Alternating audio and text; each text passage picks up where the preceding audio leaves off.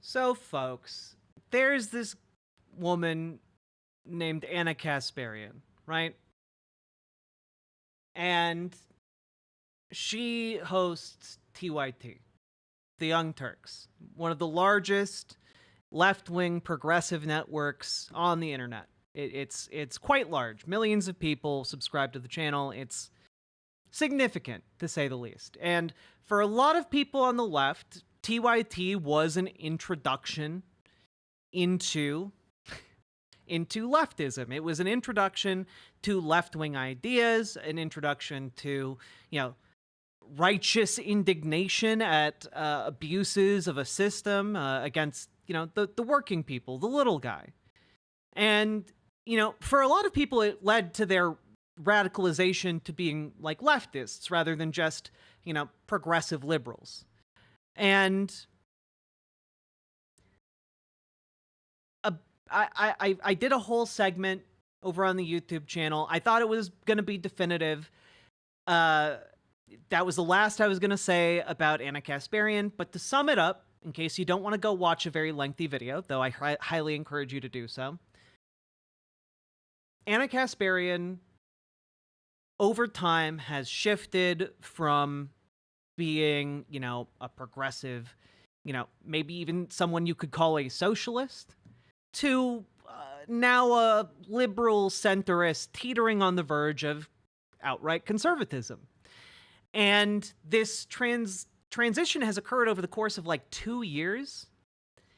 And it's been deeply disappointing to see. As I had her on my show, she shouted me out on the Young Turks.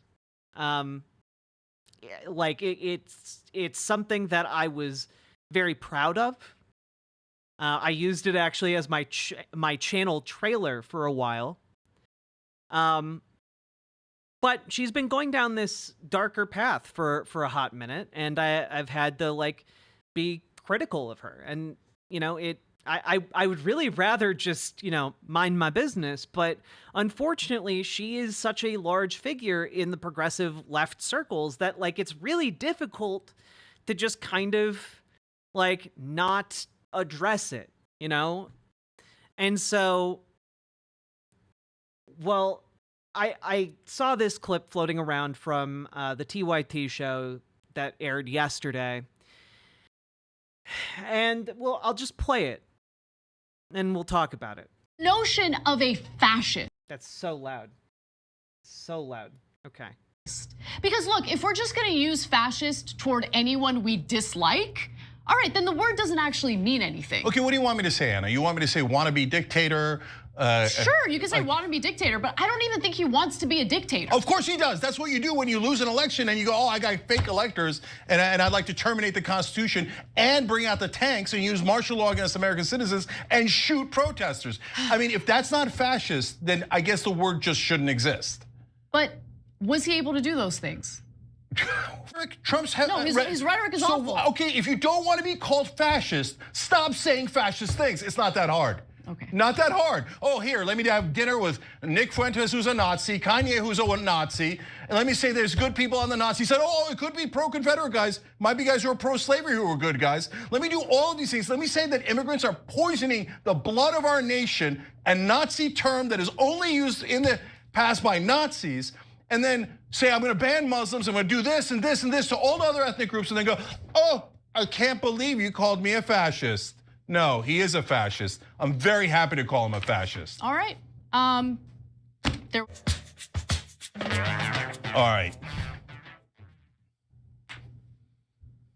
All right, I'm not gonna get back into it. So I wanted to play that through without saying anything, because we're gonna go through and break this down a little bit. Bit by bit. But I think you needed to see the whole thing, because that was a shocking display of ignorance on a topic that she has spent like a decade talking about. Like, the fact that Cenk over here is getting rightfully indignant is, I mean, on this topic in particular, I don't think it's ignorance. I think it is ignorance. I think it's willful ignorance. I think that she used to be aware of certain facts, and I think she has, moved away from accepting those facts or acknowledging those facts. We have clips of her in the past acknowledging all of these points. But let's break this down. Notion of a fascist. Because look, if we're just gonna use fascist toward anyone we dislike, all right, then the word doesn't actually mean anything. Okay, but that's not what's happening here. This isn't like internet, like slap fights where you call like some rando a fascist. That we know what Donald Trump stands for. We've known what he stands for years. There are reports of him loving Hitler. Right after Kanye talked about how he loved Hitler and the Nazi movement, Donald Trump had dinner with him and Nick Fuentes, an out-and-out neo-Nazi.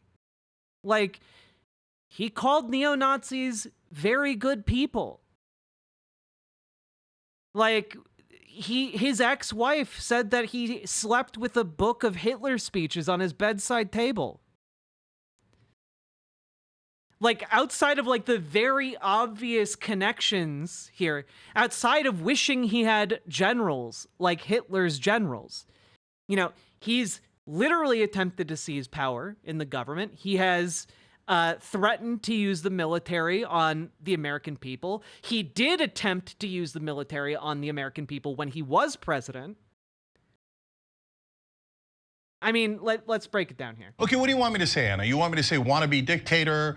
Sure, you can say wannabe dictator, but I don't even think he wants to be a dictator. Oh. He literally said that he would be a dictator on day one. Like, you can't say like, oh, well, he doesn't want to be a dictator. Like, no, he said it. He said that he wanted to be. Of course he does. That's what you do when you lose an election and you go, oh, I got fake electors and I'd like to. He talked about wanting to suspend the Constitution. He's been talking about how there needs to be one violent day. To terminate the Constitution. He wants to round up tens of millions of people and put them in concentration camps. And bring out the tanks and use martial law against American citizens and shoot protesters. I mean, if that's not fascist, then I guess the word just shouldn't exist. But was he able to do those things? And again, whether or not he's able to do those things is not what qualifies him as a fascist. If a neo-Nazi skinhead is walking down the street, swastika tattoo, armband on, you can't be like, oh, well, he's not a fascist because he's not literally the chancellor of Germany. He's not in control over America, therefore he's not a fascist. Like, that's the argument. It on its face is terrible and demonstrates a complete lack of understanding. And I know that she's smart. I know that she's intelligent. She literally taught journalism at the college level. So, like, I know that I don't know what this is, but I find it disturbing.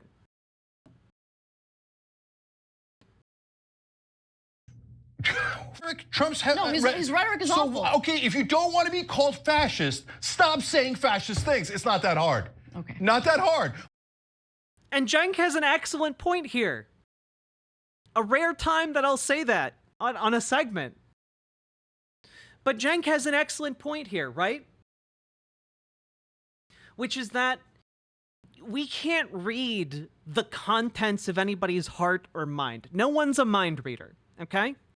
So when we say that person's a racist, do we know that the person wearing, the Klan hood and robe is actually a racist? Do they actually have, hatred or prejudice against people of other races?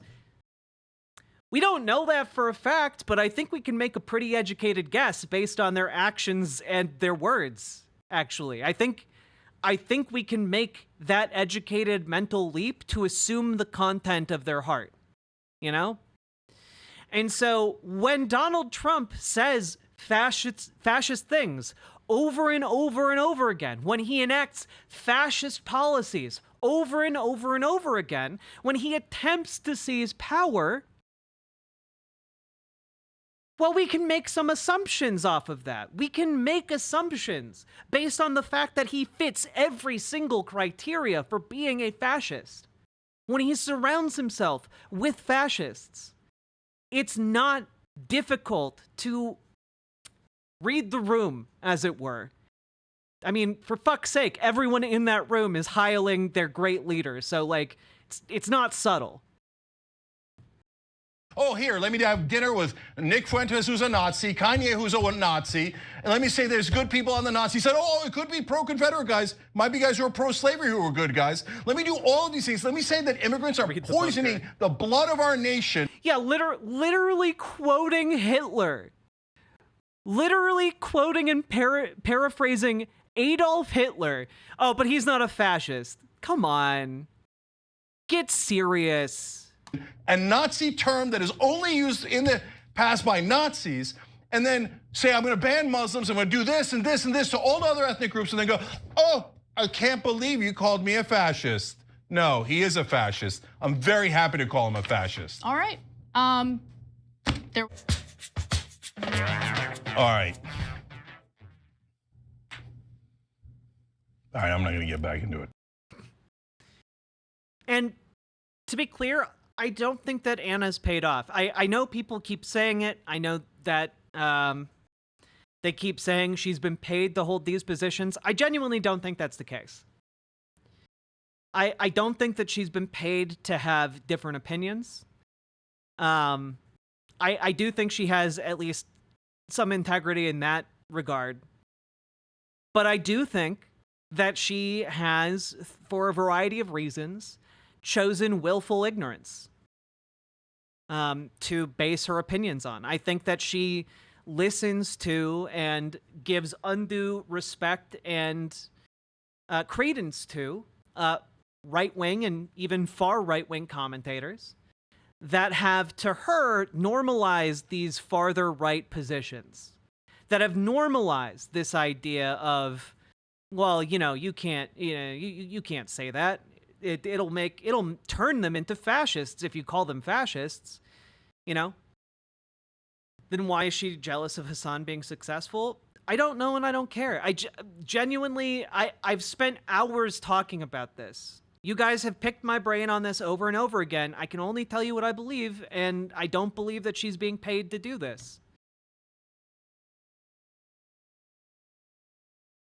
I think that she gets love-bombed by the far right every time she espouses a conservative worldview. It's happening right now in her comments on Twitter. I think she gets love-bombed, and I think she is attracted to folks like Jesse Signal for, you know, seeming to be reasonable on, you know, controversial issues. I think she's been relatively lulled into a sense of security in a centrist position that makes her feel like, you know, the enlightened centrist trope. Singal is such a douche. Yeah, he is. But in that circle of kind of, you know, enlightened centrists who are actually conservatives, I think she's been suckered into it by the likes of like Joe Rogan and a lot of others, and she has come out the other side thinking that those positions are the reasonable ones and leftists are insane. And, you know, to be fair, you know, to extend a tiny bit of charity, leftists on Twitter are insane. There are a lot of insane leftists on Twitter who are mean-spirited, who will take things out of context, who will, you know, smear you as a racist if you slip up on language, or like, I mean, like, fuck, I got smeared as a racist like 2 years ago for arguing that, hey, being bigoted towards mixed race people isn't okay. I said that, and people on the left got insanely angry at me. Okay? Like, let's not pretend there's not that element at play. But when... But that's not a justification to change your entire political schema, you know?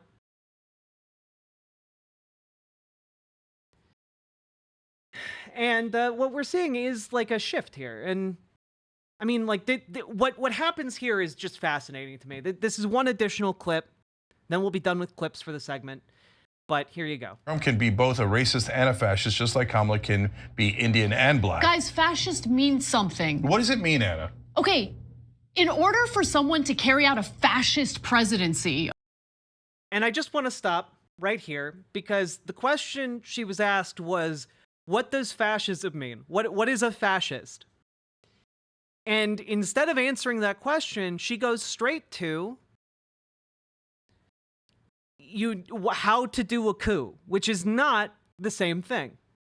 Okay, the conditions in the country have to be very specific. Think about what led to the rise of Mussolini, okay? Following World War I, where you have a bunch of angry, aimless, poor people living in poverty. And notice, like, I'm baffled by this. I'm baffled by this, dog. Like, this is wild. Okay, you have the Great Depression. Like, I just need people to understand, like, you should be afraid of Trump, but I think the hyperbole is dangerous. It is encouraging people to carry out acts of violence. We need to be careful. That's all I'm saying. Trump can be both a racist.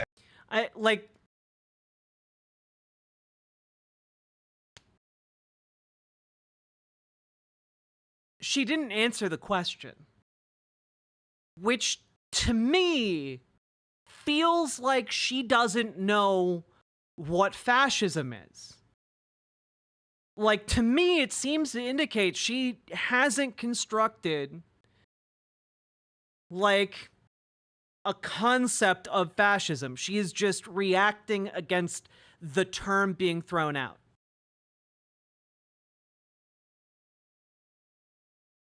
I didn't follow that point A to B. That's because she didn't connect those points. She never defined fascism. She just switched over to, it can't be fascist because the conditions in America are not exactly the same as the conditions in Mussolini's Italy, which is just not a counter argument. It's not an answer to the question, what is a fascist? No, Alan Smith, that's the thing. She's not being intentionally ignorant. If you were being intentionally ignorant, you could come up with a better answer than that. She is a smart person. She is a highly educated professional with a decade of media experience. She is not an idiot, and this is not an example of her being intentionally ignorant. If it was, it would be better. She would have done a better job. This is her heart song. She's telling us what she actually believes. I don't think there is an effort here to be duplicitous. Let's stop making those aspersions, because frankly, it's starting to piss me off.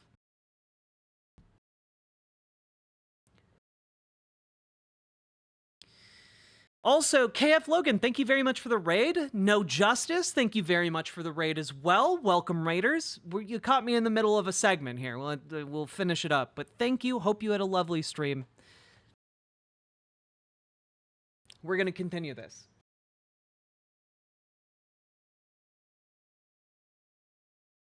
So, of course, all of this generated a lot of hubbub on Twitter. People commented. And, well, Anna Kasparian began to respond.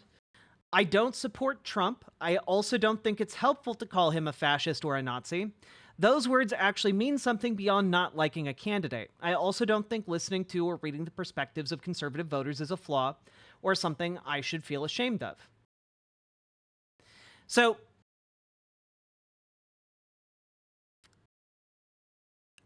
notice that, like, this is also not saying that Trump isn't a fascist. This statement seems to just be saying it's not politically useful to call him a fascist.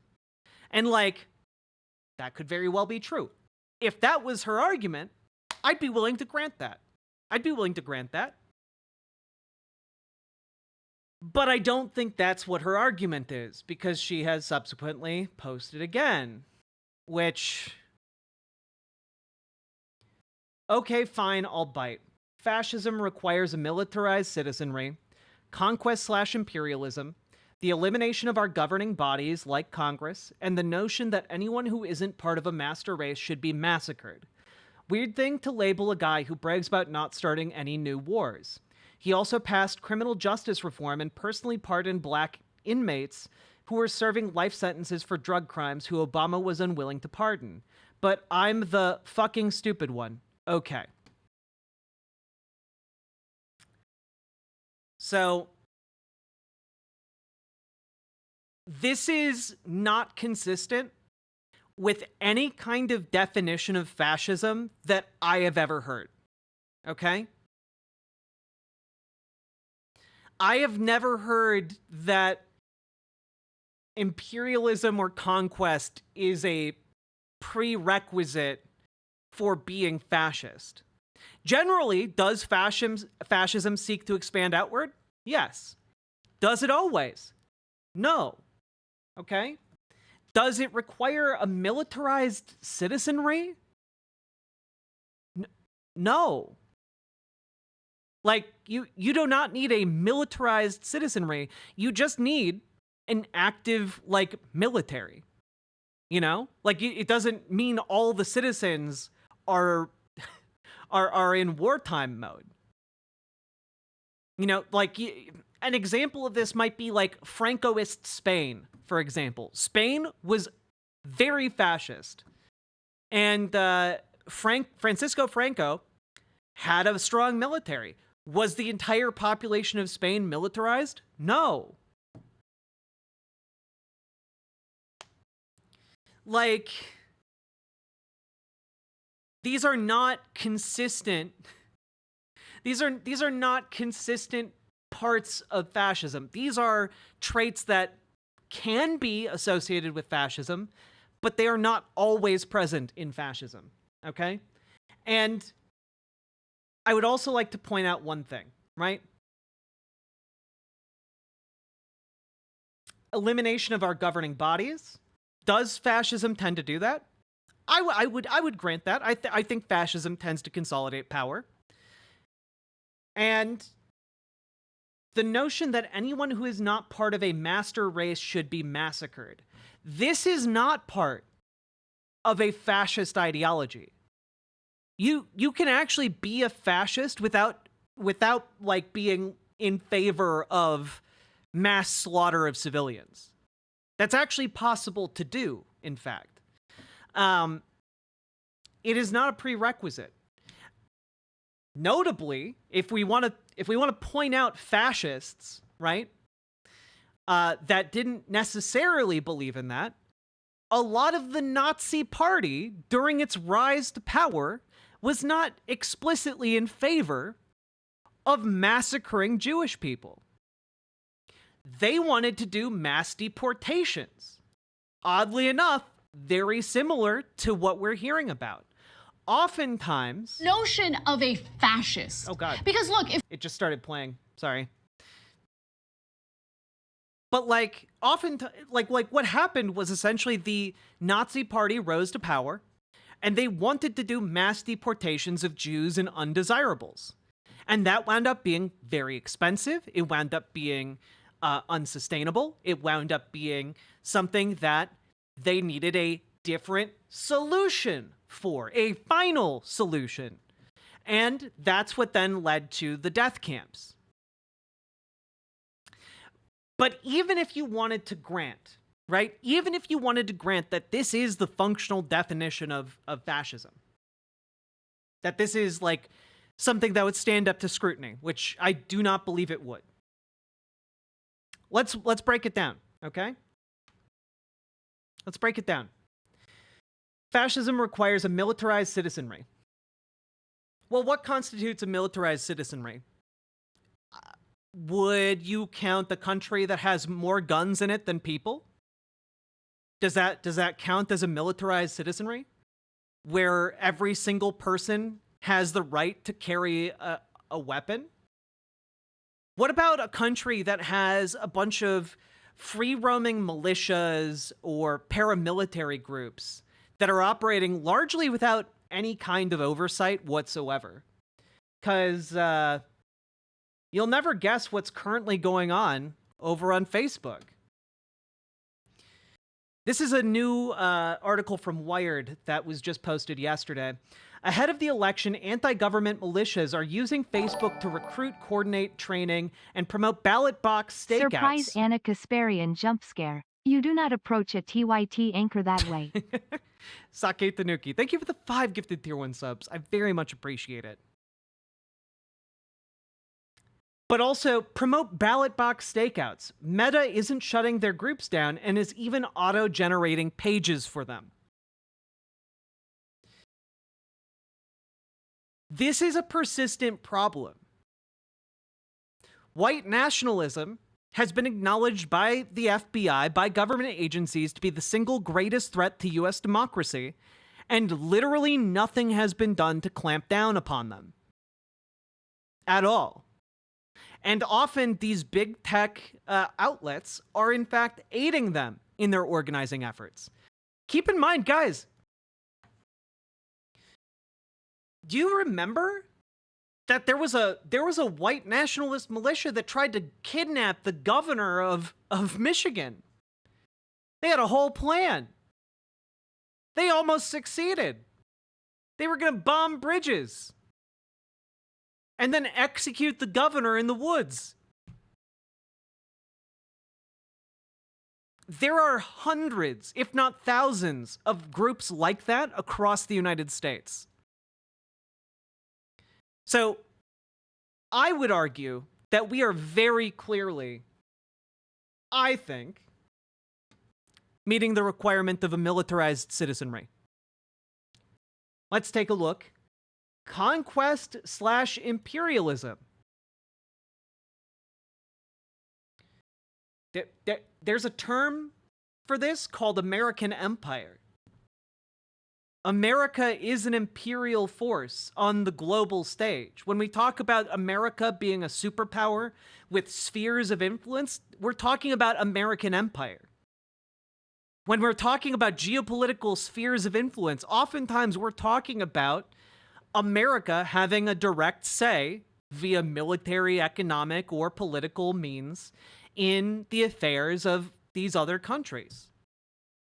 This is... like, America is the biggest empire on the planet right now. Like, it's not even close. So, America is like basically the #1 imperial force on this planet right now. So to say that, like, oh, well, America doesn't really fall into that, it absolutely does. And Donald Trump is in favor of expanding that empire.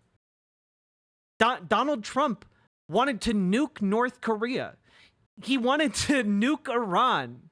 He wanted to, like, are you kidding me? To say that, like, he's not in favor of imperialism or conquest, that's just ignoring his history of action. But let's continue looking here. The elimination of our governing bodies like Congress. So, that's very vague here. Elimination of our governing bodies like Congress. Well, we have a Supreme Court that's currently controlled by conservatives, that has currently ruled that the president is above prosecution, and that basically makes the president completely unaccountable to Congress. And on top of that, we have Project 2025. And I know that Anna Kasparian does not care that much about Project 2025. She thinks the threat of it is overblown. However, we have almost completed every single video in the leaked training playlist from ProPublica. We as a channel have been going through it together. I have an entire playlist on my channel that by election day will have every single, have us going over every single Project 2025 training video. And so I can tell you, having sat through 14 hours, well, 12 and a half hours. We still have an hour and a half left to get through. But 12 and a half hours of training videos from Project 2025 for internal use only. I can tell you the explicit goal of this organization and this project is to destroy the administrative state, to get rid of any kind of bureaucratic barrier that might say no to Donald Trump, that might try to check Donald Trump's orders as they go through the system, that will try to deregulate. I said at the beginning of this stream, I pre-made a couple thumbnails for the last two Project 2025 training videos, okay? I jumped to a random portion of one of those videos, and I heard two sentences. Get rid of all of the liberal regulations, leave none left alive, or let none live. They want to gut any and all regulation that improves your life, that protects your groundwater, that protects the air you breathe, that protects your food, your medicine, okay? Every single regulation that ensures you have a quality of life worth living, they want to get rid of in order to facilitate the rise to power of their great Führer, okay? And that's just a portion of the project. It's not even the whole thing. But the entire premise, what these political appointees are being trained to do throughout Project 2025 is to say, yes, sir, Trump. Yes, sir. I'll do whatever you tell me to do, regardless of the legality.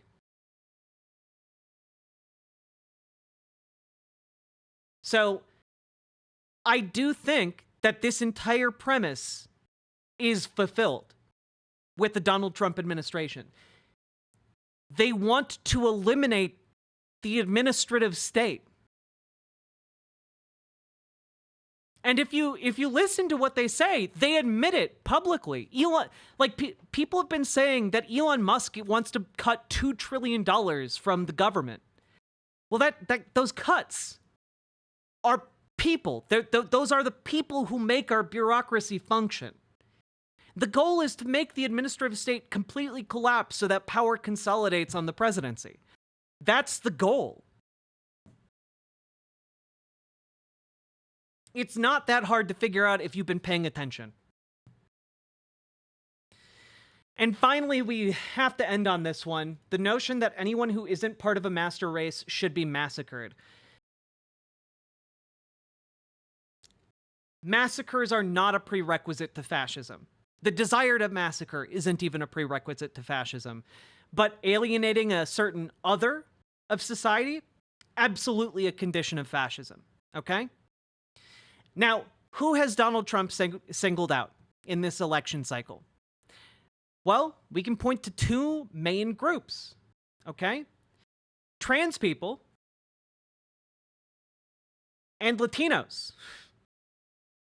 He's been promising to deport over 20 million people. Now, if you pause to think about that for just a couple seconds, you'll realize that the project of deporting 20 million people requires infrastructure on a scale that the human mind can't even begin to comprehend, okay? It would require, facilities, holding facilities, that might be intended to hold people for years, okay? We're not talking nice facilities. We're talking highly concentrated facilities. And those facilities probably going to be more akin to camps. We're talking concentration camps. Because in order to process 20 million people, well, you need a place to hold them while you process them, okay? And on top of that, well, turns out deporting 20 million people, that's a really expensive endeavor right there. That's expensive to transport 20 million people. Imagine if Democrats tried to do 50% of what the GOP does with creating crazy policies that may or may not be challenged but actively improve your life. God, the Democrats could be so badass if they wanted to be. But this is why my hope is that in this election cycle, the Democrats absolutely crush Republicans. If we see an overwhelming Kamala Harris victory, what happens in the next 4 years is basically going to be an internal struggle in the Democratic Party between progressives and liberals. We're actually going to be able to fight like our true enemies within the Democratic Party, which is very exciting. I hope that happens. I would love to fight liberals rather than fascists. Okay? I would love that. That would be incredible. And we're actually on the verge of being able to do that. If Kamala Harris sweeps. We'll see. We'll see. But when we're talking about concentration camps, we're also putting on the table cheaper solutions to deporting people. And as far as I can tell, there are only really 2 ways you can go with this.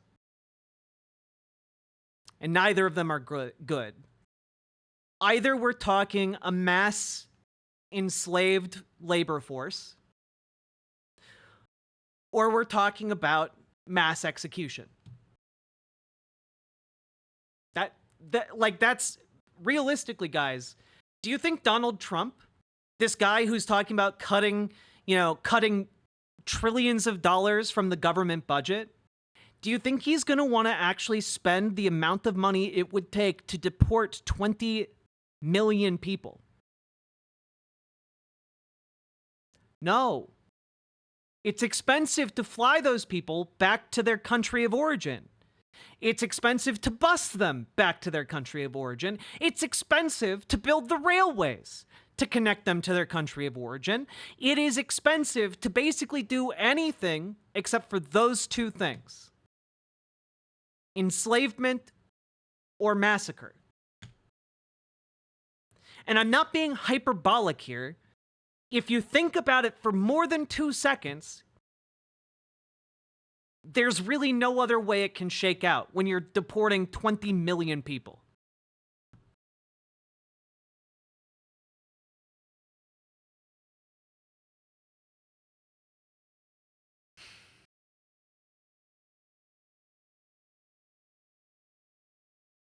And I think the only way you can overlook those extraordinarily likely possibilities under Donald Trump is if you just don't believe the things he says. If you just think, oh, he's not actually going to do it. But then I have to ask, if you don't believe him when he says the bad things, why do you believe him when he says the good things? That doesn't make sense. You can't have it both ways.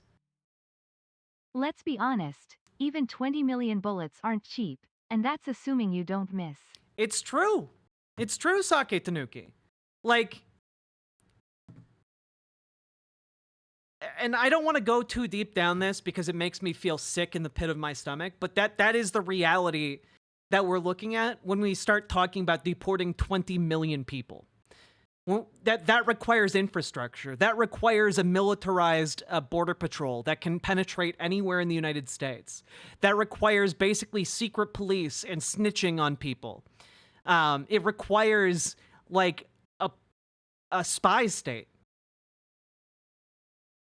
And we have all the pieces already in place in the United States to actually implement something like that.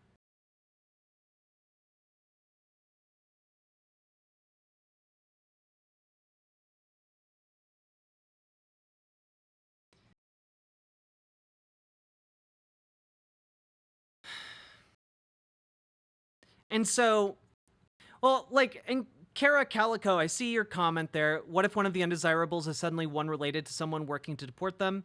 Like the scale of what they suggest is on a scale that's just impossible. That's the horrifying part. It's not impossible in the United States. Fascists are death cultists. They do not care whether something is plausibly achievable. They'll still attempt to implement it. They will throw everything they have into implementing that plan. Because it's not about actually being effective legislators or leaders. It's about spreading hatred and getting everyone on board with hating the same people. It's a death cult mentality. And that's what I mean, right? Like, even by Anna's definition, Donald Trump is a fascist.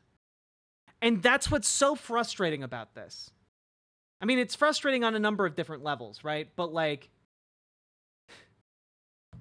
I mean, guys, this is from earlier this month from Wired. Online talk about civil war could inspire real-world violence, DHS warns cops. The agency also cautioned that it's unable to get a grasp on the full scale of the threat due to extremists increasingly using encrypted chat tools. This is from earlier this month. A week ago, in fact. Like, this threat is out there.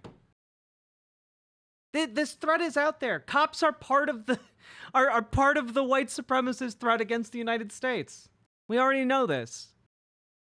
But ultimately, even though by Anna's own definition, Trump meets all of the hallmarks of being fascist, I think that we need to actually go to one of the original go-to definitions of fascism. Okay?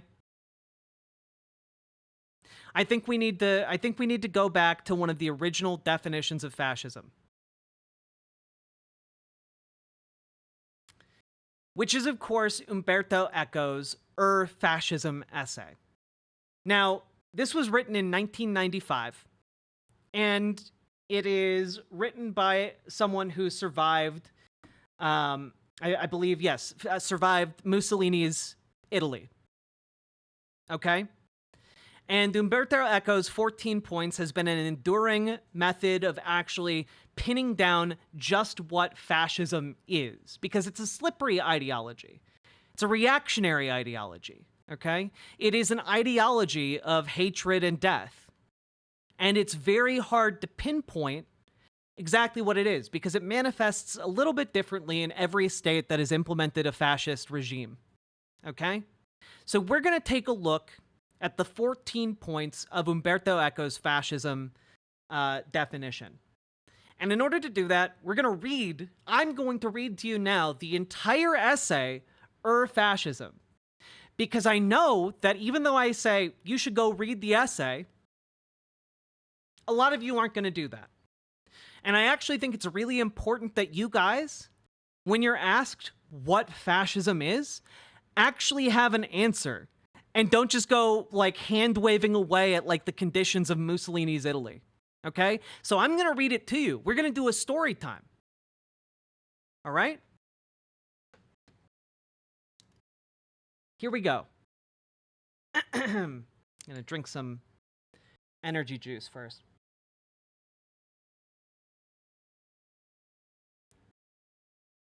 All right.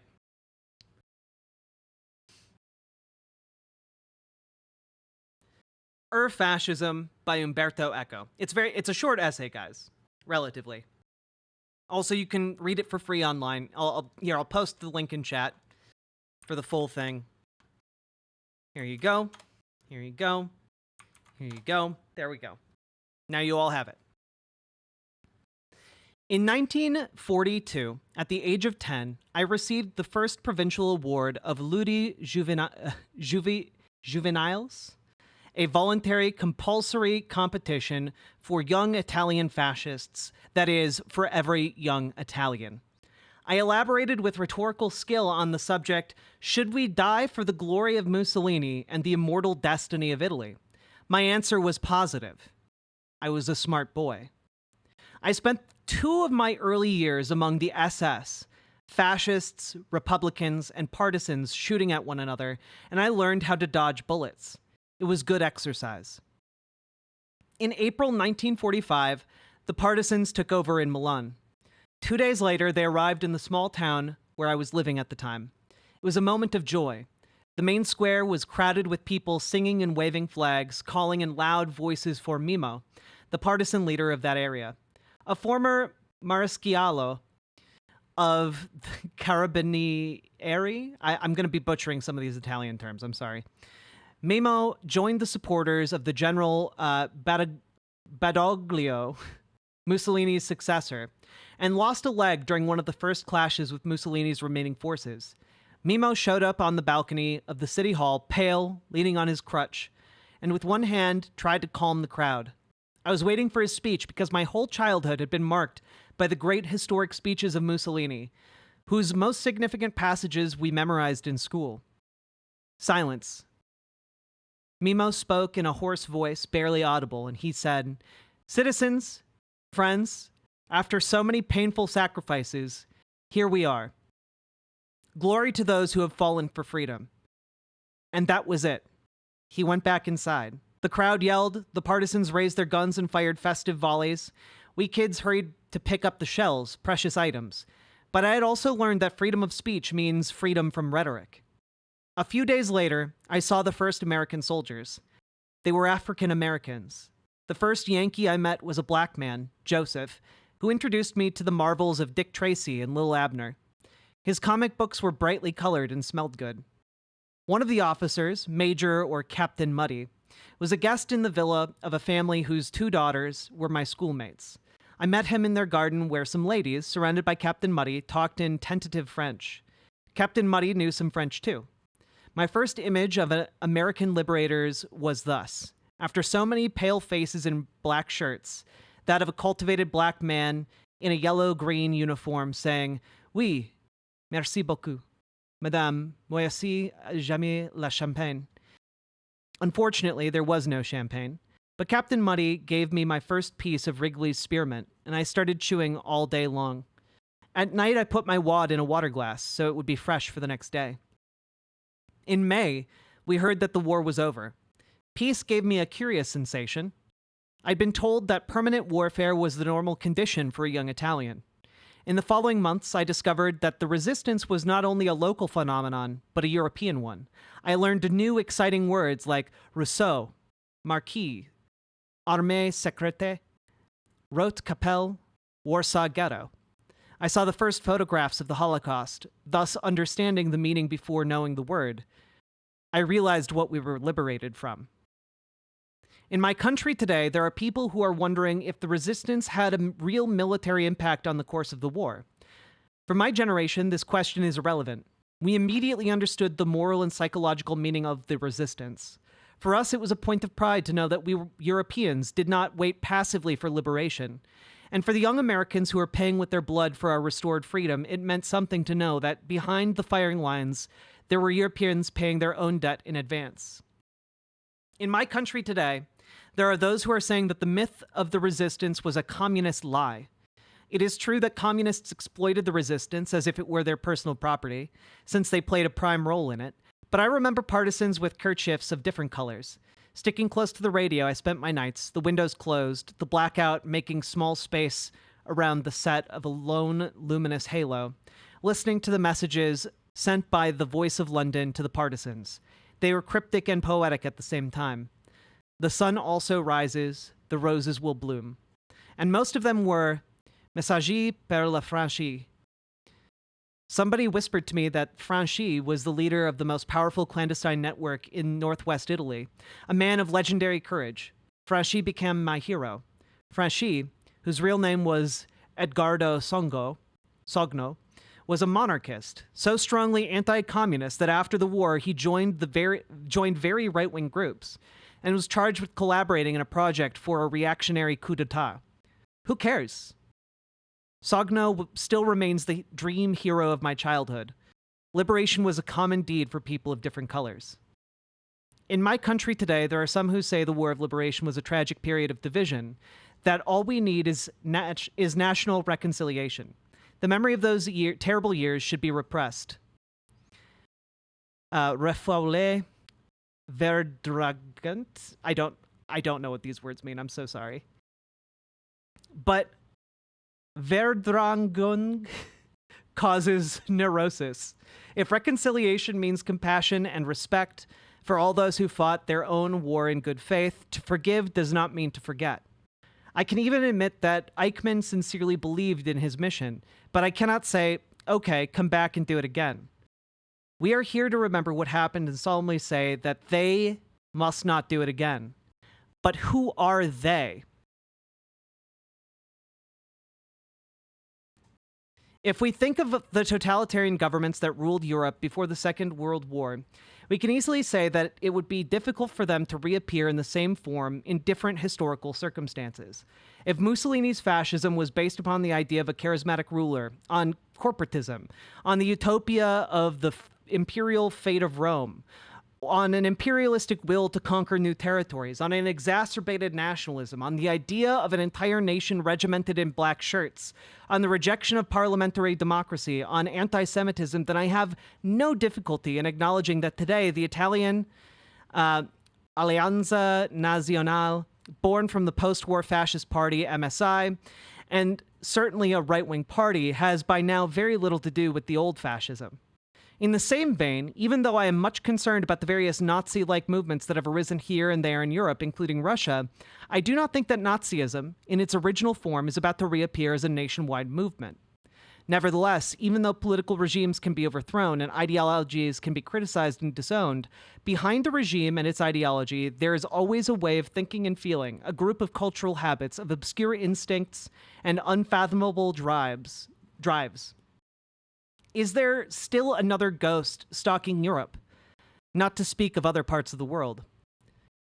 Yonseko once said that only words count and the rest is mere chattering. Linguistic habits are frequently important systems of underlying feelings. Thus, it is worth asking why not only the resistance but the Second World War was generally defined throughout the world as a struggle against fascism. If you reread Hemingway's For Whom the Bell Tolls, you will discover that Robert Jordan identifies his enemies with fascists, even when he thinks of the Spanish phalangists. And for FDR, the victory of the American people and their allies will be a victory against fascism and the dead hand of despotism it represents. During World War II, the Americans who took part in the Spanish War were called premature anti-fascists, meaning that fighting against Hitler in the 40s was a moral duty for every good American, but fighting against Franco too early in the 30s smelled sour because it was mainly done by communists and other leftists. Why was an expression like fascist pig used by American radicals 30 years later to refer to a cop who did not approve of their smoking habits? Why didn't they say Kagulard pig, phalangist pig, Ustache pig, Quisling pig, Nazi pig? Mein Kampf is a manifesto of a complete political program. Nazism had a theory of racism and of the Aryan chosen people, a precise notion of degenerate art, Entartet Kunst, a philosophy of the will to power and of the Übermensch.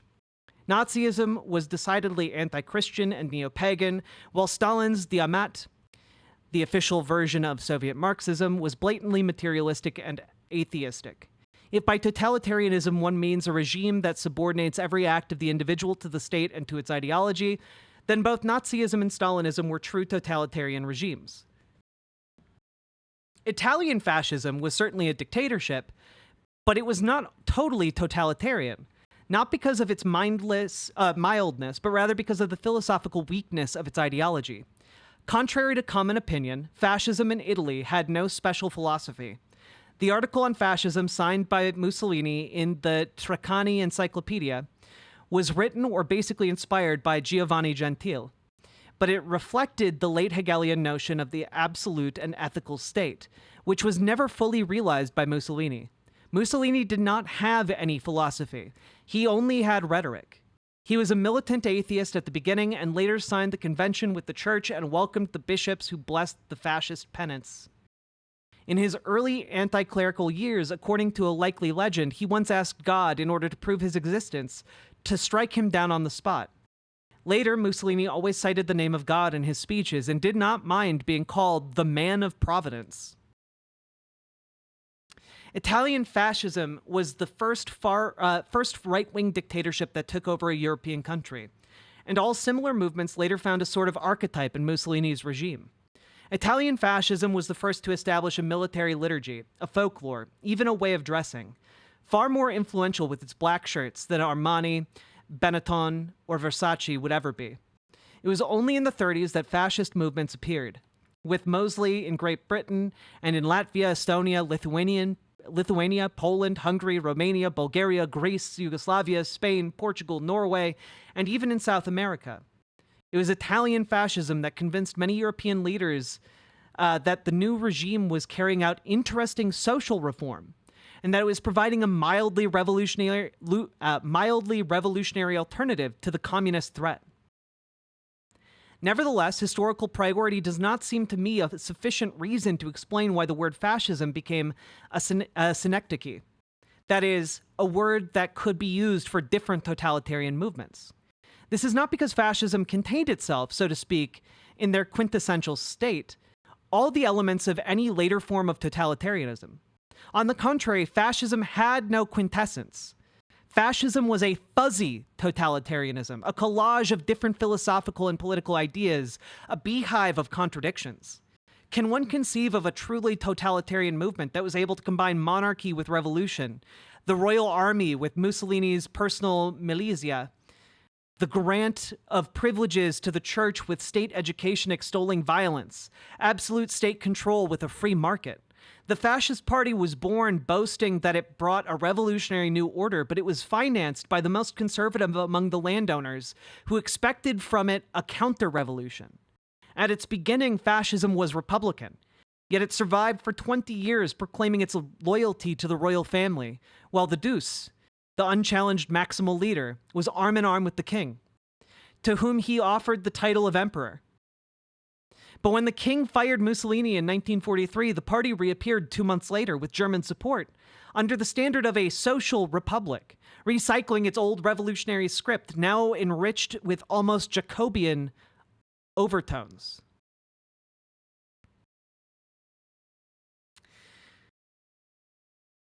It's pointless to correct my pronunciation, guys. There was only a single Nazi architecture and a single Nazi art. If the Nazi architect was Albert Speer, there was no more room for Miles van der Rohe. Similarly, under Stalin's rule, if Lamarck was right, there was no room for Darwin. In Italy, there were certainly fascist architects, but close to their pseudo-colosseums were many new buildings inspired by modern rationalisms of Gropius. There was no fascist Zdanov setting a strictly cultural line. In Italy, there were two important art awards. The Premio Cremona was controlled by a fanatical and uncultivated fascist, Roberto Farinacci, who encouraged art as propaganda. I can remember paintings with such titles as Listening by Radio to the Douche's Speech, or States of Mind created by fascism. The Premio Bergamo was sponsored by the cultivated and reasonably tolerant fascist Giuseppe Bottai, who protected both the concept of art for art's sake and many kinds of avant-garde art that had been banned as corrupt and crypto-communist in Germany. The national poet was D'Annunzio. I really do apologize for my pronunciation. I'm doing the best I can. This is a lot easier when you just read it with your eyeballs and don't have to say it out loud, okay? A dandy who in Germany or in Russia would have been sent to the firing squad. He was appointed as the bard of the regime because of his nationalism and his cult of heroism, which were in fact abundantly mixed up with influences of French fin de siècle decadence. I'm doing the best I can. Douche. There you go. There, I did it. Take futurism. One might think it would have been considered an instance of Entartete Kunst, along with Expressionism, Cubism, and Surrealism. But early Italian futurists were nationalist. They favored Italian participation in the First World War for aesthetic reasons. They celebrated speed, violence, and risk, all of which somehow seemed to connect with the fascist cult of youth. While fascism identified itself with the Roman Empire and rediscovered rural traditions, Marinetti, who proclaimed that a car was more beautiful than the victory of Samothrace and wanted to kill even the moonlight, was nevertheless appointed as a member of the Italian Academy, which treated Moonlight with great respect. Many of the future partisans and the future intellectuals of the Communist Party were educated by the GUF, the Fascist University Students Association, which was supposed to be the cradle of the new fascist culture. These clubs became a sort of intellectual melting pot where new ideas circulated without any real ideological control. It was not that the men of the party were tolerant of radical thinking, but few of them had the intellectual equipment to control it. During those 20 years, the poetry of Montale and other writers associated with the group called the Ermetici, I'll go with, as a reaction to the bombastic style of the regime, and those poets were allowed to develop their literary protest from within what seemed to be their ivory tower. The mood of the Ermetici, I'm bad at Italian, poets was exactly the reverse of the fascist cult of optimism and heroism. The regime tolerated their blatant, even though socially imperceptible, dissent, because the fascists simply did not pay attention to such arcane language. All this does not mean that Italian fascism was tolerant. Gramsci was put in prison until his death. The opposition leaders Giacomo Matteotti and the brothers Rosselli were assassinated. The free press was abolished, the labor unions were dismantled, the political dissenters were confined on remote islands. Legislative power became a mere fiction, and the executive power, which controlled the judiciary as well as the mass media, directly issued new laws. I wonder where we've heard of similar plans in America. Among them, laws calling for preservation of the race, the formal Italian gesture of support for what became the Holocaust. The contradictory picture I described was not the result of tolerance, but of political and ideological discombobulation. But it was a rigid discombobulation, a structured confusion. Fascism was philosophically out of joint, but emotionally it was firmly fastened to some archetypal foundations. So we come to my second point. There was only one Nazism. We cannot label Franco's hyper-Catholic phalangism as Nazism, since Nazism is fundamentally pagan, polytheistic, and anti-Christian. But the fascist regime can be played in many forms, and the name of the game does not change. The notion of fascism is not unlike Wittgenstein's notion of a game. A game can be either competitive or not. It can require some special skill or none. It can or cannot involve money. Games are different activities that display only some family resemblance, as Wittgenstein put it. Considering the following sequence: 1, 2, 3, 4. ABC, BCD, CDE, DEF. Suppose there is a series of political groups in which one group is characterized by the features ABC, group 2 by the features BCD, and so on. Group 2 is similar to group 1 since they have two features in common. For the same reason, 3 is similar to 2 and 4 is similar to 3. Notice that 3 is also similar to 1. They have in common the feature C. The most common case is presented by 4, obviously similar to 3 and 2, but with no feature in common with 1. However, owing to the uninterrupted series of decreasing similarities between 1 and 4, there remains, by a sort of illusory transitivity, a family resemblance between 4 and 1. Fascism became an all-purpose term because one can eliminate from a fascist regime one or more features and it will still be recognizable as fascist. Take away imperialism from fascism, you still have Franco and Salazar. Take away colonialism and you still have the Balkan fascism of the Ustaches. Add to the Italian fascism a radical anti-capitalism, which never much fascinated Mussolini, and you have Ezra Pound. Add a cult of Celtic mythology and the Grail mysticism, completely alien to official fascism, and you have one of the most respected fascist gurus, Julius Evola. But in spite of this fuzziness, I think it's possible to outline a list of features that are typical of what I like to call fascism, or eternal fascism. These features cannot be organized into a system. Many of them contradict each other, and are also typical of other kinds of despotism or fanaticism, but it is enough that one of them be present to allow fascism to coagulate around it. And that brings us, chat, to the 14 points of fascism, okay? So all of what has led up to this in fascism, we're taking a little intermission here, is essentially laying the groundwork for what Umberto Eco personally experienced, how he got to kind of this definition, how he came to an awareness of different kinds and manifestations of fascism, and what he is talking about when he wants to talk about how fascism is this kind of slippery ideology and manifests in these different kinds of ways. And I know that fascism has there are a lot of people who've undertaken a definition of fascism. You can find more contemporary ones. This one's old. Maybe you'd consider it outdated. But ultimately, I think that Umberto Eco captures a pretty important component of what makes fascism fascism, and it is this slippery nature. It's why I think 14 points or components of fascism make for a compelling definition. And the reason a lot of people take issue with this is because you can find elements of these 14 points in a lot of different countries or political movements.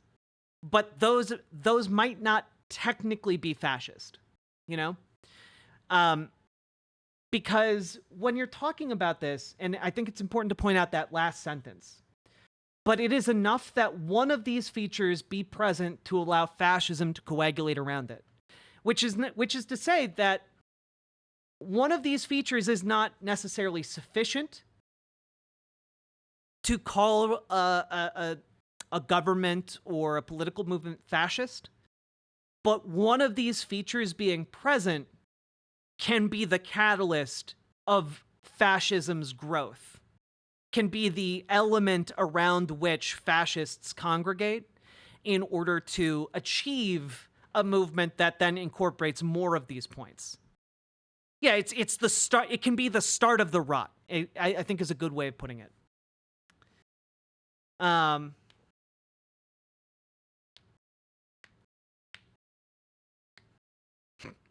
Fascist here. I found Umberto Eco's works to be an awful explanation of fascism.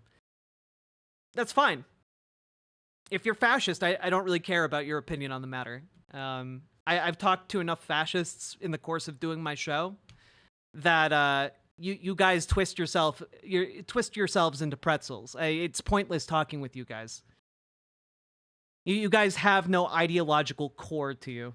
You'll list off like Giovanni Gentile's point, and then immediately abandon it the second it ceases to be convenient for you. Carabinieri is pronounced like carabiner with the E-er, like hair, E ending. They're the Italian military police. Carabinieri. Carabinieri, gotcha.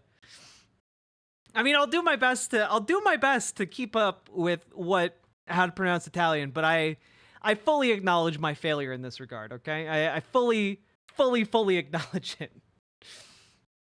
Oh, God.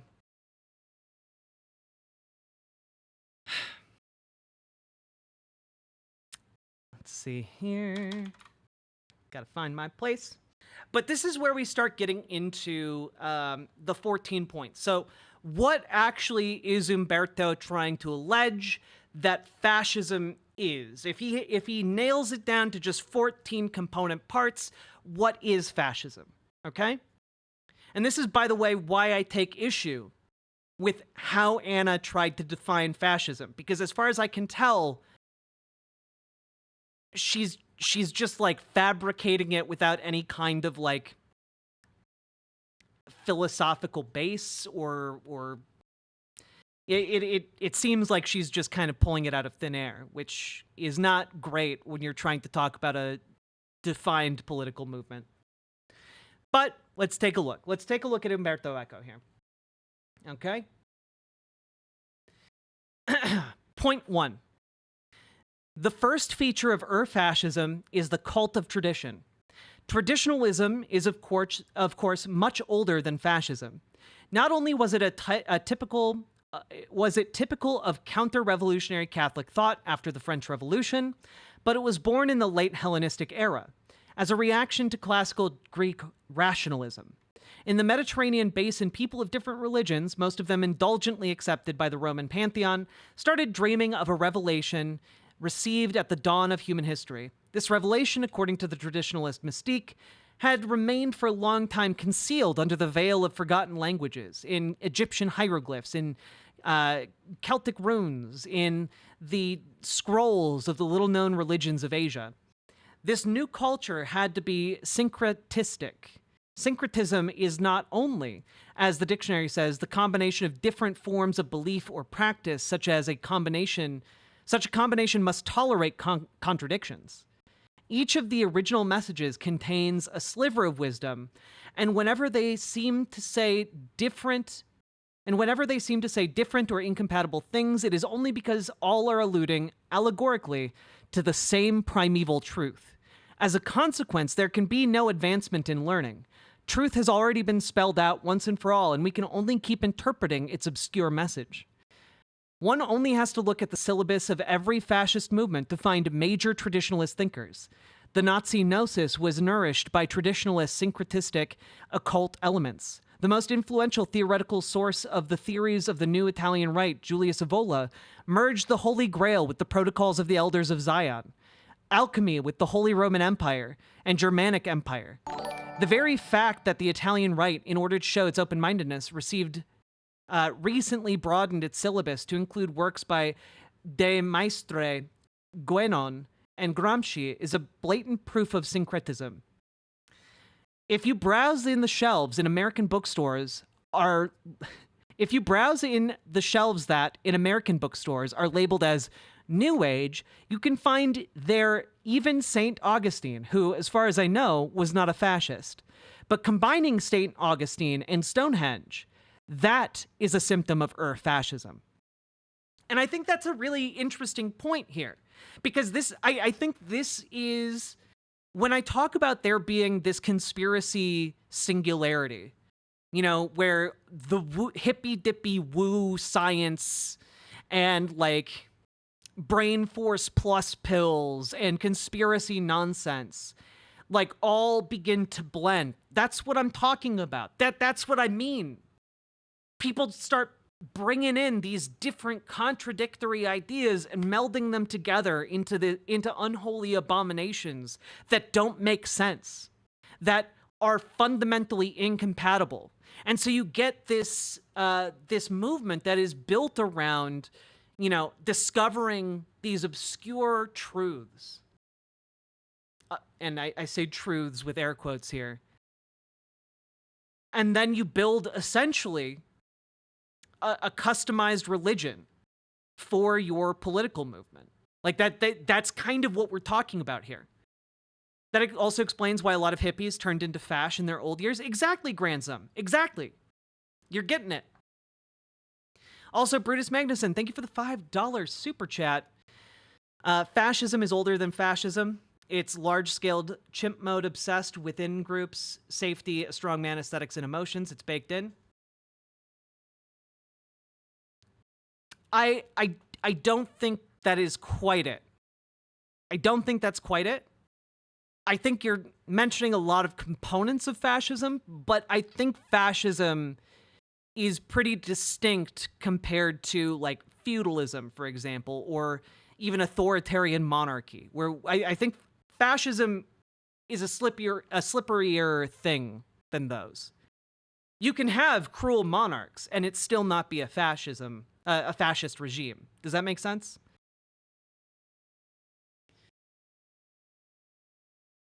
All right. Moving on. Point 2. Traditionalism implies the rejection of modernism. Both fascists and Nazis worshipped technology, while traditionalist thinkers usually reject it as a negation of traditional spiritual values. However, even though Nazism was proud of its industrial achievements, its praise of modernism was only the surface of an ideology based upon blood and earth, or blood and soil, as we hear in America these days. The rejection of the modern world was disguised as a rebuttal of the capitalistic way of life, but it mainly concerned the rejection of the spirit of 1789 and of 1776, of course.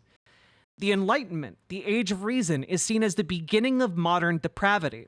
In this sense, Fascism can be defined as irrationalism. Okay?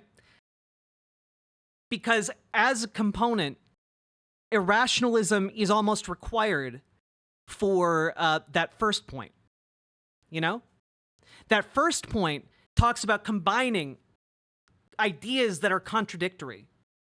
And the second point involves embracing contradiction, embracing a lack of rationality, a lack of logic, a lack of empiricism, you know? Not exactly Vox Syndicate. Not making sense is the point, because by not making sense, you can strengthen the regime. You can strengthen the ideology. It makes it much harder to question and find actual real answers. And I think I'm gonna go out on a limb here. I think we also see this in the current Trump movement. It's baked in. It's part of the fake news. It's part of the alternative facts. It is the deliberate rejection of factual reporting.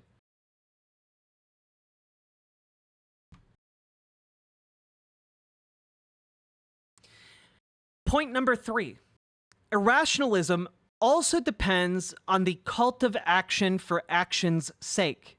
Action being beautiful in itself, it must be taken, therefore, or without any previous reflection. Thinking is a form of emasculation. Therefore, culture is suspect insofar as it is identified with critical attitudes.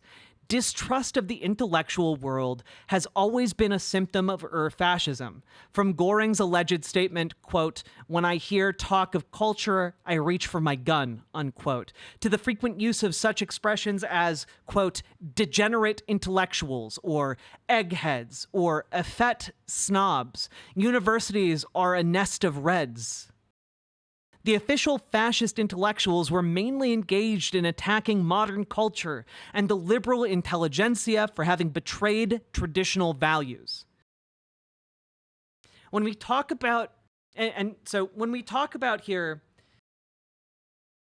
how intellectualism and it is effeminate, we're making a direct connection here between fascism and masculinity, because in a lot of ways,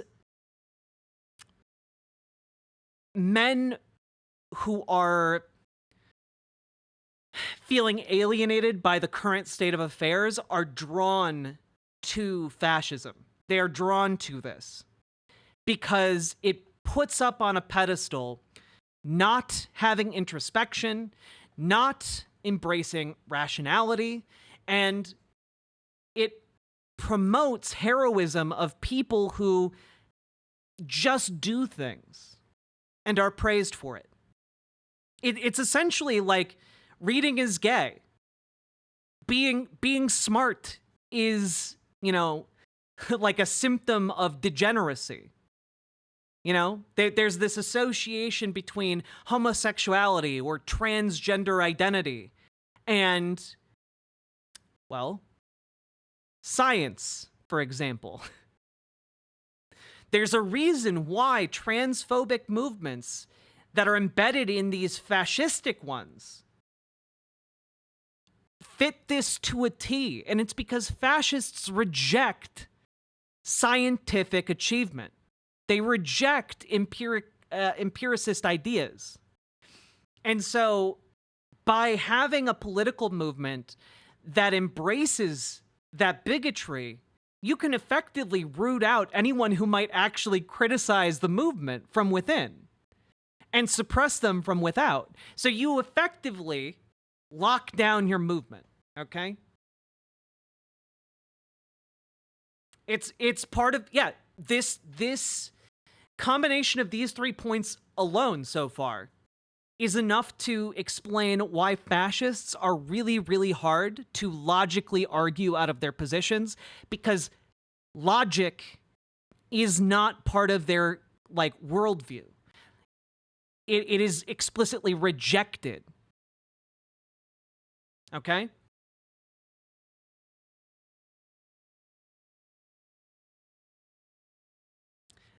Point 4.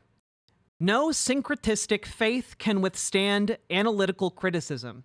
The critical spirit makes distinctions, and to distinguish is a sign of modernism. In modern culture, the scientific community praises disagreement as a way to improve knowledge. For fascism, disagreement is treason. Syncretism is big with a lot of modern polytheists. Should they be concerned? Yeah. I think so. Like, yeah.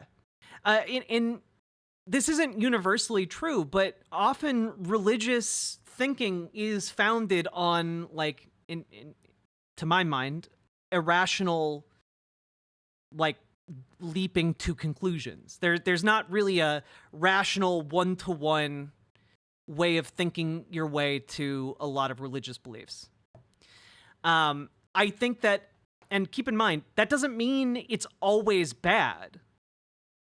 But it does mean that this opens the door to fascists taking advantage of that religious belief. You know? Like, that's part of the problem. That's why you need to be on your guard for fascists in your religious movements. Like, there's a reason why the entire evangelical apparatus of belief in the United States has been completely co-opted by fascists, by Christian nationalists. It's because that door is open. There's a reason why New Age communities have been inundated by fascist, conspiracy theorists. That, like, it's because the door is opened to these kinds of people. So you need to be on your guard. Syncretism is just another way of thinking. Religion is an institution. Syncretic religion is just another religion. Yeah, and I think that religious belief opens the door to this particular outcome. That's why I'm saying you need to be on guard. I know that might be a little controversial, but, like, I have to call a spade, and as someone who grew up in the evangelical community that's currently being radicalized into a fascist movement, I gotta say, sometimes people don't really pay attention to a bunch of fascists getting involved in their religious beliefs. The Crystal Mommy to MAGA crazy pipeline is real? Yeah. Absolutely. And I'm not saying every religious person is a fascist. I'm just saying this particular contradiction is what opens the door for religious movements to be co-opted by fascism. I hope that makes sense. I don't think what I'm saying is particularly controversial. Okay?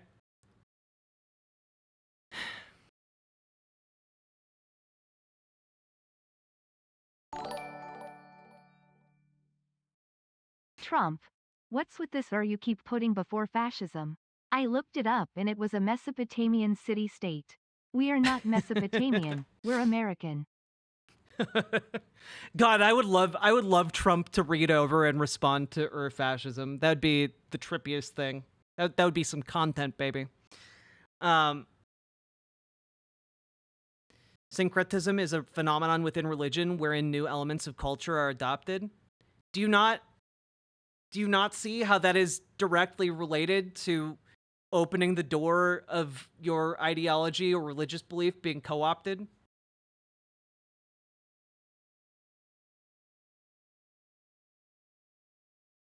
Okay, I need to stop engaging on this particular point. Otherwise, I'm going to get completely sidetracked. The main point I'm trying to get at here. Is that science is quite literally built upon a foundation of failure.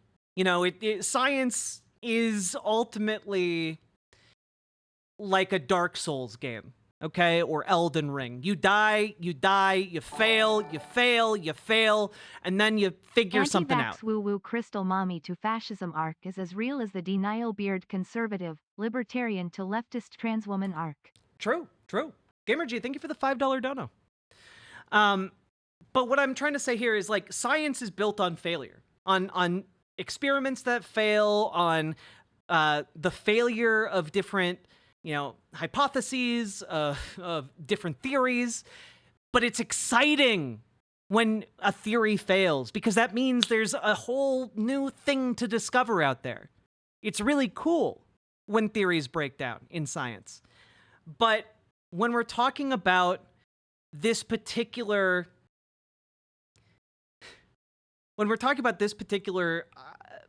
fascist belief, that critical analysis that science is predicated on is seen as specifically anathema to the, state ideology, to fascism itself.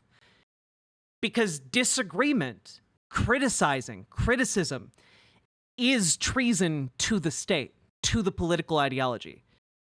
And where do you see that in Donald Trump's movement right now? You see it at literally every level. If someone disagrees with Donald Trump, they are excommunicated. This is part of why I stay agnostic and eclectic unaffiliated. It's just about appreciating nature to me. Thank you for the $5 dono. I appreciate that. Yeah. This is why fascists get very, very angry at disagreement in their ranks. Point 5.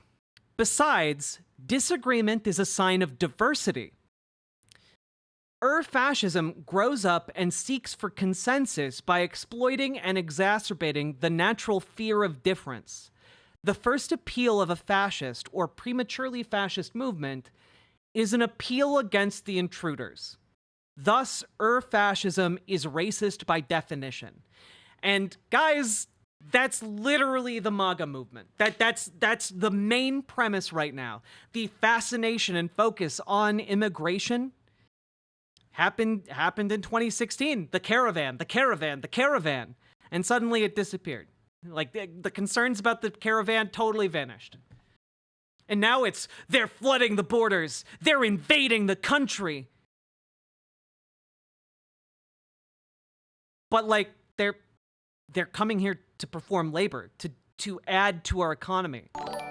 They're coming here to do work for us. Brutus Magnuson, thank you for the $2 super chat. Yeah, rhino is another term right there. This fear is extended to trans people, to homosexuals, to anyone outside of the norm, And the second it becomes convenient to do so, groups like Gays Against Groomers or whatever are going to be next on the chopping block because they are outside of heteronormativity. Like they're outside of like the mainstream conception of what is normal. And what is normal can change on a dime depending on who's in power. Even people with autism? Yeah. Because eventually, like, fascist movements also want to remove anyone who thinks differently from the movement. And who thinks differently in the movement more than people who have mental neurological conditions? Yeah, especially people with autism. Because you know what? People with autism, they're going to be like, why can't I criticize the government? That's stupid. I should be able to criticize a social institution. And then you get disappeared. That's how that works in fascism. Okay? So, fascism is also built on a fundamental rejection of diversity. And what do you hear from all of the people in Trump world?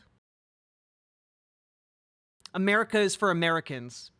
People from outside need to get out. And you know what? What we saw at the Madison Square Garden rally? We saw that who is and is not considered American is very, very flexible. Because in that rally, they made it pretty clear they don't consider Puerto Ricans to be Americans. Okay? Point 6. Fascism derives from individual or social frustration. That is why one of the most typical features of the historical fascism was the appeal to a frustrated middle class, a class suffering from an economic crisis or feelings of political humiliation and frightened by the pressure of lower social groups. In our time, when the old proletarians are becoming petty bourgeois and the lumpen are largely excluded from the political scene, the fascism of tomorrow will find its audience in this new majority. And honestly, it's kind of crazy that Umberto Eco was able to write this in 1995, and it fits so perfectly on the fascist movement in America today. Because the people who are largely fueling Trump's rise to power are those small business owners who, run the snowmobile dealership outside of town and live in the suburbs. And that snowmobile dealership makes them, $10 million a year. Okay? Those are the people who are feeling like they're being hit by the economy right now. They're the ones who are the frustrated middle class in America. At least that's how they see themselves. Okay? Like, the people who did January 6th were all, like, suburban conservatives. You guys know that, right? Like, they're able to afford, like, semi-automatic weapons. They're able to afford plane tickets and to drop work for a week to go to Washington, D.C. for this. That's who his base is.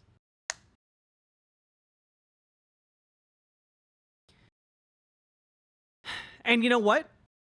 It's largely born out of their political humiliation because they believe that they have been humiliated by the liberal, elites of America, that they have been the butt of the joke one too many times. And that's why ultimately all they care about is owning the libs. It all comes out of this petty desire for revenge. And because they feel like their power is slipping away due to trans people are becoming normalized. Gay people are becoming normalized. There are more and more, non-white people in the country. That's why you see this idea of the great replacement theory gaining steam. It's because the people they view as lesser are becoming more normalized. And that makes them feel like their power is dwindling and that they are under threat as a result. Yeah, also, for those who don't know, avoid using the term Asperger's. It is funny to say because it sounds like Asperger's, but it was coined by Nazis, so let's maybe not. Are we watching the rally today? Yes, but you know what? We're going to talk about fascism first because I want you all armed with an actual functional understanding of what fascism is. Might not be the best one. People can nitpick it for sure, but it is one of the standard methods of identifying what fascism is. Now, point 7. To people who feel deprived of a clear social identity, fascism says that their only privilege is the most common one, to be born in the same country. This is the origin of nationalism. Besides, the only ones who can provide an identity to the nation are its enemies. Thus, at the root of the fascist psychology, there is the obsession with a plot, possibly an international one. The followers must feel besieged. The easiest way to solve the plot is to appeal to xenophobia. But the plot must also come from the inside. Jews are usually the best target because they have the advantage of being at the same time inside and outside. In the US, a prominent insistence of the plot obsession is to be found in Pat Robertson's The New World Order. But as we have seen recently, there are many others. Keep in mind, in 1995, Pat Robertson was much bigger than he is now. And also keep in mind that, the Trump camp is absolutely obsessed. It plots from the deep state, plots from, the Kamala Harris administration, plots from the CIA, plots from the FBI, plots from QAnon folks believing the Jews are behind, the resurgence of RFK Jr. They're George Soros New World Order, like there are so many different plots. This is why I talk about the conspiracy singularity. It's because it's the obsession of a plot with these people, because they always need a scapegoat. Yeah, the globalists, Klaus Schwab, you will eat the bugs.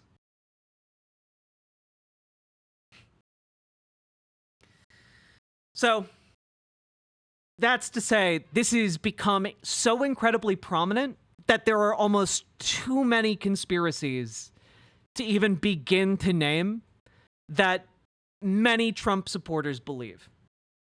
I mean, hell, one of the most popular ones is that America faked the moon landing, and there's literally no basis for that whatsoever. There's no basis to believe that we faked the moon landing. You see this from basically every conservative influencer, by the way. Almost every single one pushes some kind of conservative conspiracy theory. For fascism, wait, okay, here we go. Point 8.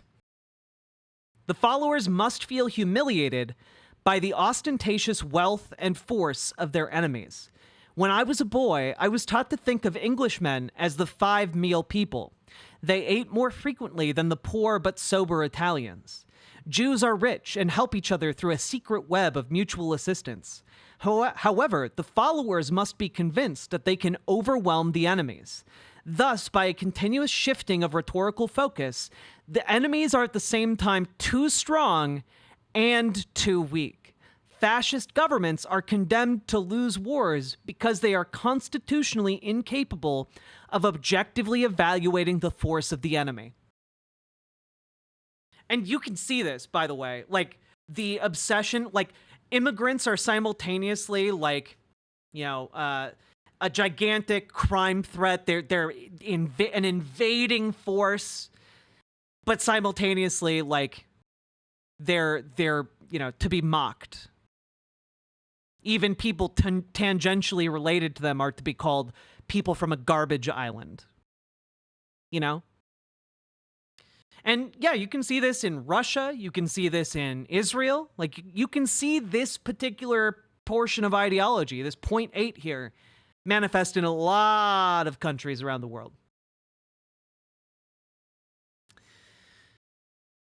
But you can see this, by the way, reflected in all kinds of Republican rhetoric. Liberals are both weak and effeminate, but they are also overwhelmingly strong and run all of the United States institutions. You know, it's both. Yeah, Kamala Harris, simultaneously mentally incompetent and also a socialist mastermind of the revolution. Exactly. They do this with trans people a lot. Yeah, trans people, I think, is a perfect example, Krista Starr. Like, trans women are both simultaneously the strongest athletes to ever exist and also effeminate men who are too weak to cut it as cis men, you know? Absolutely. Absolutely.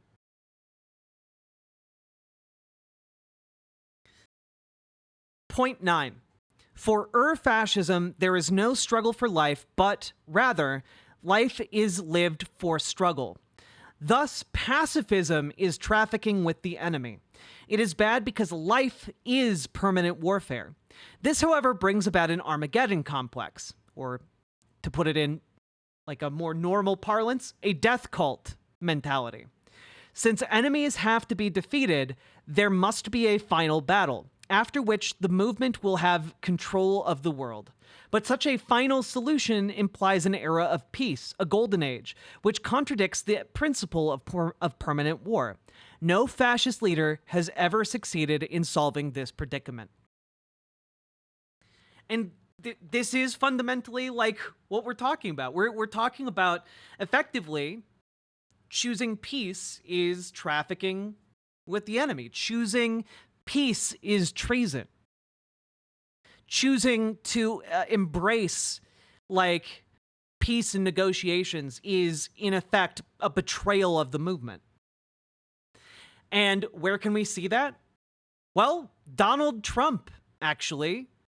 Donald Trump simultaneously touts himself as like an anti-war president, someone who is totally against war. And yet simultaneously behind closed doors, he's talking about nuking North Korea and Iran. He's talking about and ordering assassinations of prominent military leaders in countries around the world.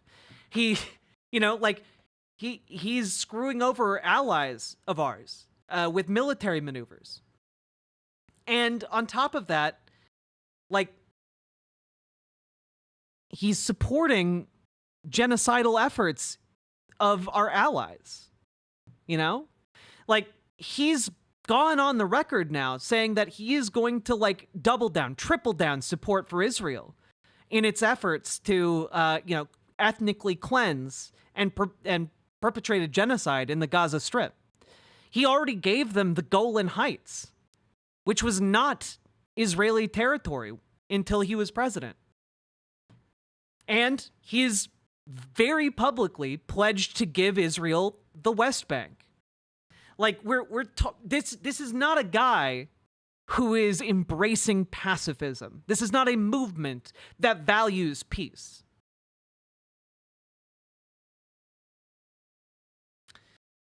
Point 10. Elitism is a typical aspect of any reactionary ideology, insofar as it is fundamentally aristocratic, and aristocratic and militaristic elitism cruelly implies contempt for the weak. Fascism can only advocate a popular elitism. Every citizen belongs to the best people of the world. The members of the party are the best among the citizens. Every citizen can or ought to become a member of the party, but there cannot be patricians without plebeians. In fact, the leader, knowing that his power was not delegated to him democratically, but was conquered by force, also knows that his force is based upon the weakness of the masses. They are so weak as to need and deserve a ruler. A dictator on day one, perhaps. Since the group is hierarchically organized according to a military model, every subordinate leader despises his own underlings, and each of them despises his inferiors. This reinforces the sense of mass elitism. So part of what this is talking about here is this is like a reward system. This is how fascism kind of perpetuates itself and appeals to the working class, or the plebeians in this case, because it sets up an incentive to join the party. And by joining the party, you immediately place yourself above those who have not joined the party. And by moving up the ranks of the party, you gain more and more people to feel superior towards. So it's a system that is built on hatred for people that you perceive as weaker than you. This is an inherently conservative ideology. Yes, it is essentially a form of class mobility within fascism, but you are always under the boot of someone else who also despises you. Yes, sweet blasphemy. That is a great way of describing it. It is a multi-level marketing scheme that sells people hatred. That's a great way of putting it. Great way of putting it. And yes, you can see this manifest in a lot of forms of colonialism, which is why colonial states are uniquely susceptible, I think, to fascist ideology. But we'll get to that. 11. In such a perspective, everybody is educated to become a hero. In every mythology, the hero is an exceptional being. But in fascist ideology, heroism is the norm. This cult of heroism is strictly linked with the cult of death. It is not by chance that a motto of the Phalangists was Viva la Muerte. In English, it should be translated as Long Live Death. In non-fascist societies, the lay public is told that death is unpleasant, but must be faced with dignity. Believers are told that it is a painful way to reach a supernatural happiness. By contrast, the fascist hero craves heroic death, advertised as the best reward for a heroic life. The fascist hero is impatient to die. In his impatience, he more frequently sends other people to death. This is the fascist mentality. This is why fascists speed up death for people in their ideology, in their ideological sphere. This is one of the reasons why they embraced anti-vax notions. It's because it's a death cult. When we talk about it being a death cult, this is the mechanism. When we talk about fascism being a death cult, this is what that means. Yes. In Delta Who, there is no ethical consumption under capitalism. There you go. Point 12. Since both permanent war and heroism are difficult games to play, the fascist transfers his power to sexual matters. Now, remember how earlier we talked about how a lot of this is built on an idea of masculinity? Here it is explicitly laid out in point 12. This is the origin of machismo, which implies both disdain for women and intolerance and condemnation of non-standard sexual habits, from chastity to homosexuality. This is why when we talk about incels being a self-hating group that lend themselves to conservative ideology, it's because they believe in the concept of machismo. They just believe themselves to be, like, not living up to that standard, you know? They hate themselves for their, you know, involuntary chastity, you know? And this is why this proliferation of red pill content largely goes hand in hand with extraordinarily conservative ideas, because it is a disdain for women that fuels it. It is the treatment of women and sex with them as a commodity in the red pill mentality.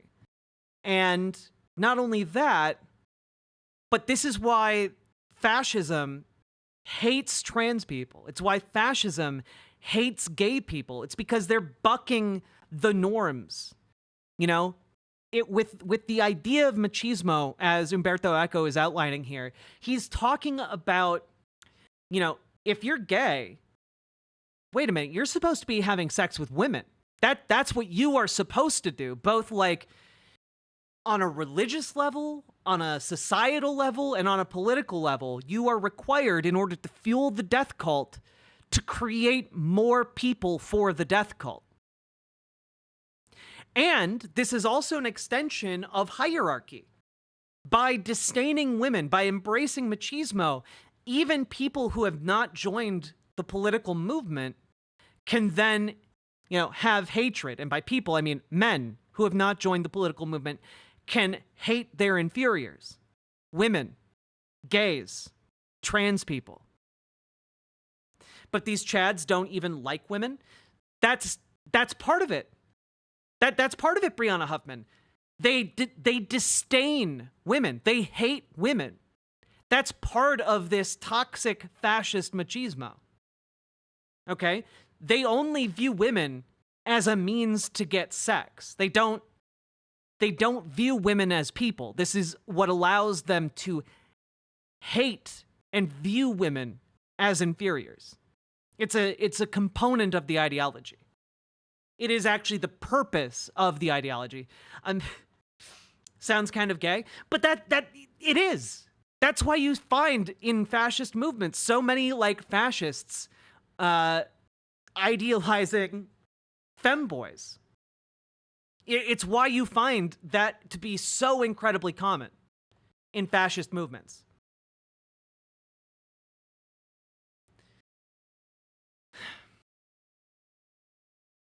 All right. Since even sex is a difficult game to play, the fascist hero tends to play with weapons. Doing so becomes an ersatz phallic exercise. So we didn't get to that last point on point 12, which is that men who are sexually frustrated are then encouraged via machismo as a component ideology of fascism, or ideological component of fascism, to embrace weaponry, which then plays into that death cult mentality, which plays into that constant warfare component. You see how a lot of these are interconnected.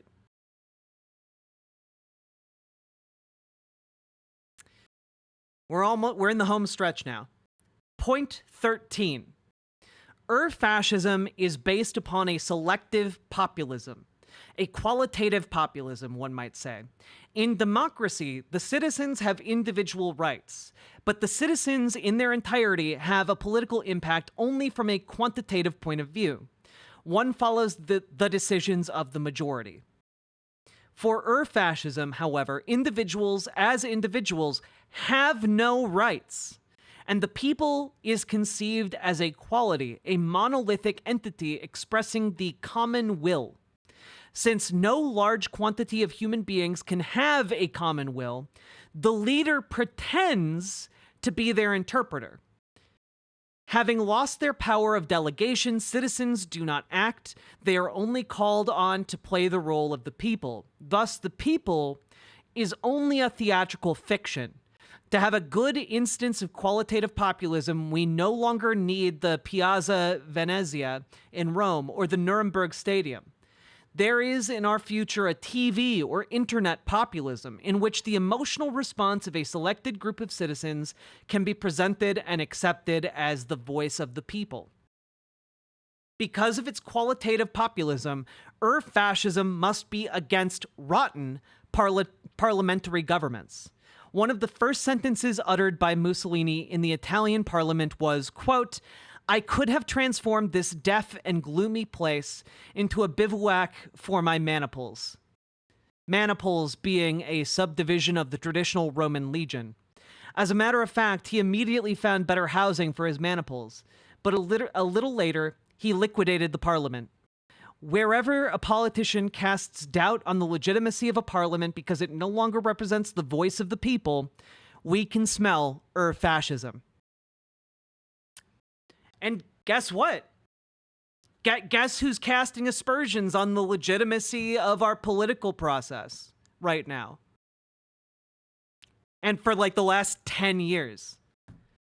Donald Trump. It's Trumpism. This is just Trumpism. Yeah, when we're talking about the voice of the people, the silent majority, you know, like, oh, everyone else in the room agrees with it, you know, like we're basically talking about a religious fiction where the great leader, the dictator, claims to understand the ineffable will of the people better than any other leader can.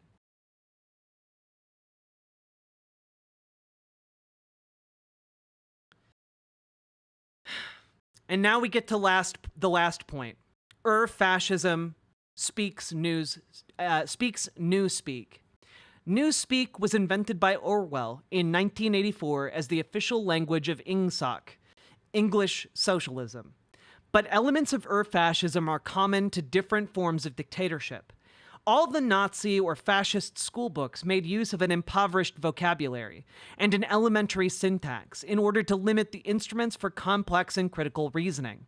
But we must be ready to identify other kinds of newspeak, even if they take the apparently innocent form of a popular talk show.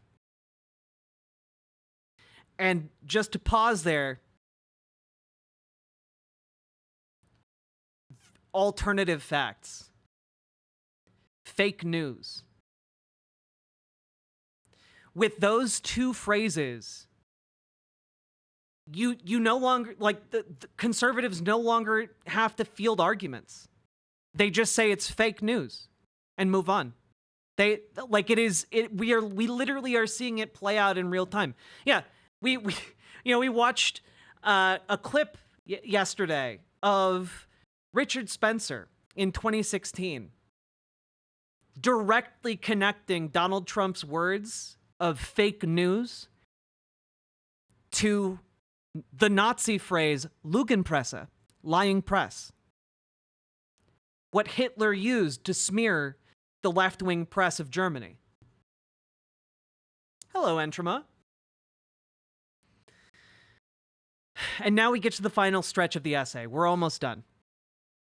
On the morning of July 27th, 1943, I was told that, according to radio reports, fascism had collapsed and Mussolini was under arrest.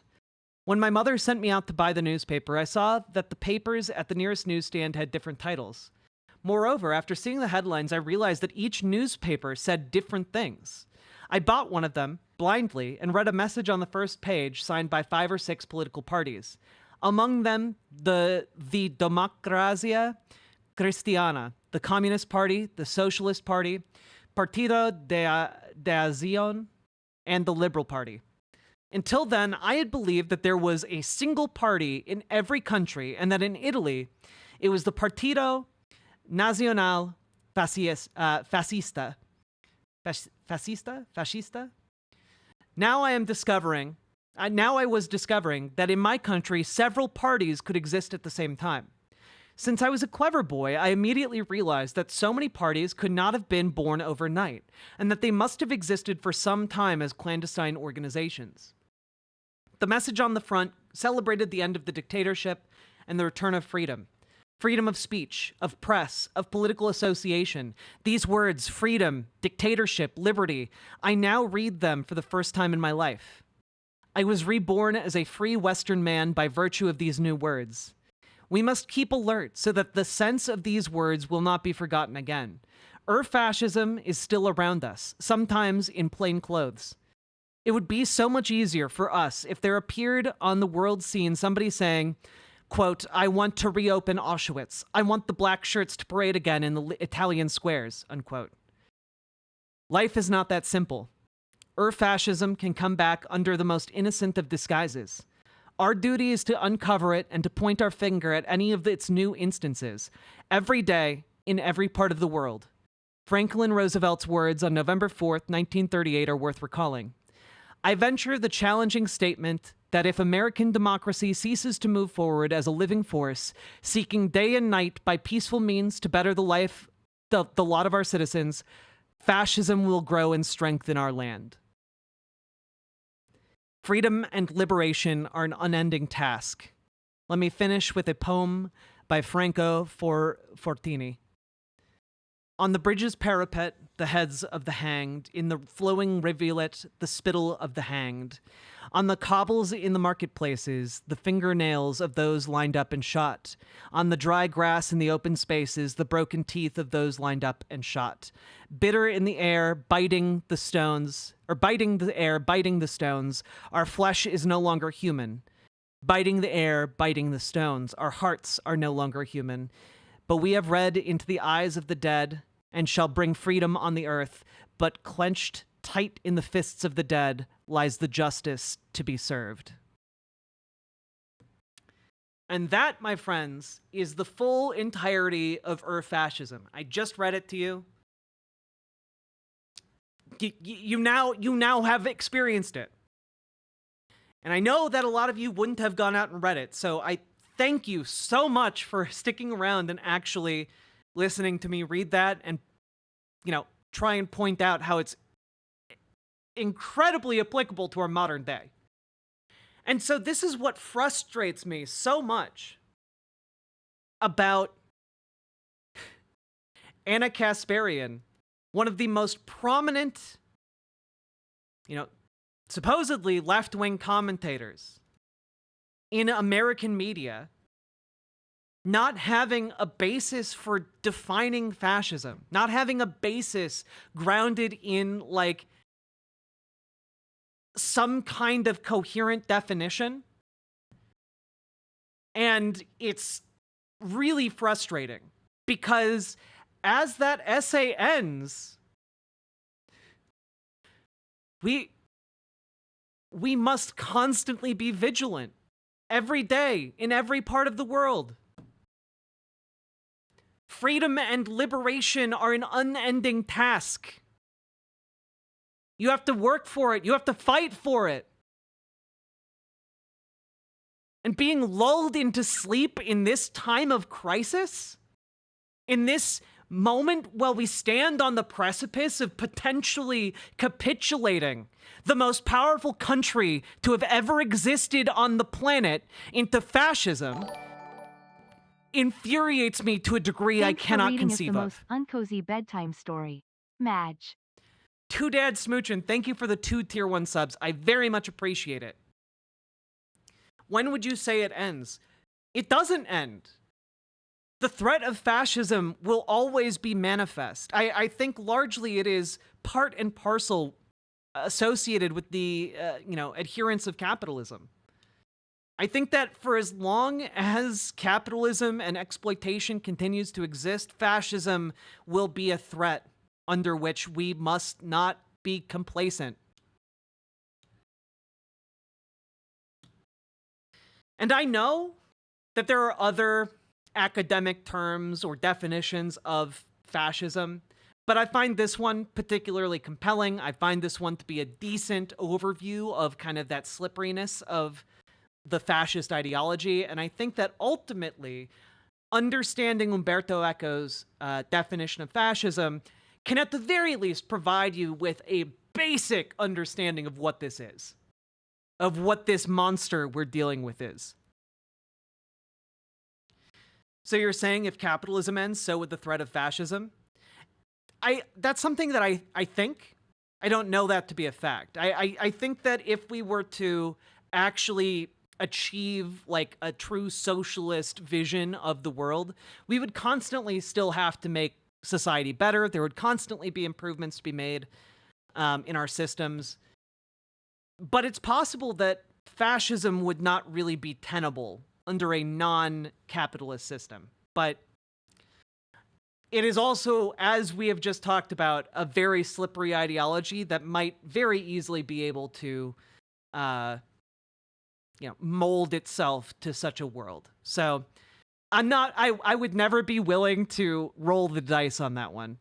Maintain vigilance.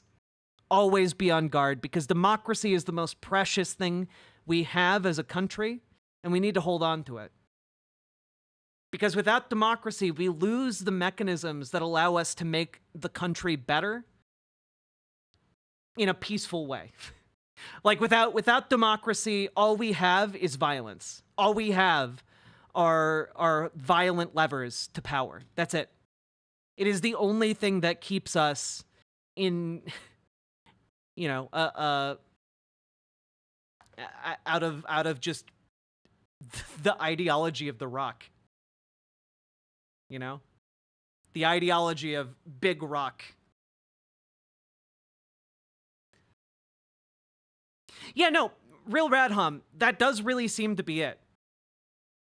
Like, Anna's definition of fascism is really, well, he wasn't successful at fascism, so he's not a fascist. Yeah.